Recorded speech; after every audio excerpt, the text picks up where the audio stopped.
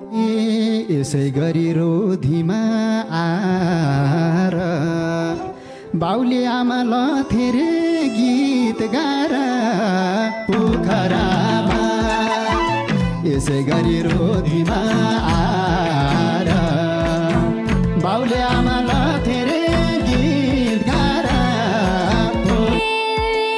भयो होला कसैलाई जलन त्यही थरी उहिलेको चलन पोखरामा भयो होला कसैलाई जलन।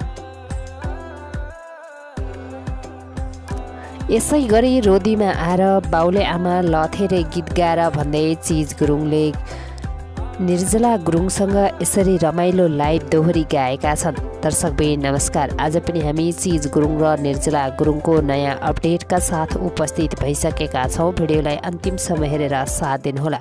हाम्रो च्यानलमा नयाँ हुनुहुन्छ भने लाइक, कमेन्ट, सेयर र सब्सक्राइब गरेर जोडिनुहोला।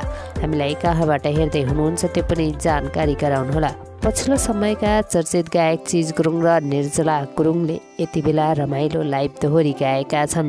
उनीहरूका हरेक लाइभ दोहोरीहरू दर्शकहरूले निकै मन पराइरहेका र लाइक कमेन्ट पनि उस्तै राम्रो गरिरहेको हामी देख्न सकिन्छ। सम्पूर्ण दर्शकहरूलाई मनोरञ्जन दिइरहेका छन्। उनीहरूले गाएका हरेक लाइभ दोहोरीहरू दर्शकहरूले निकै मन पराइरहेका हुन्छन्।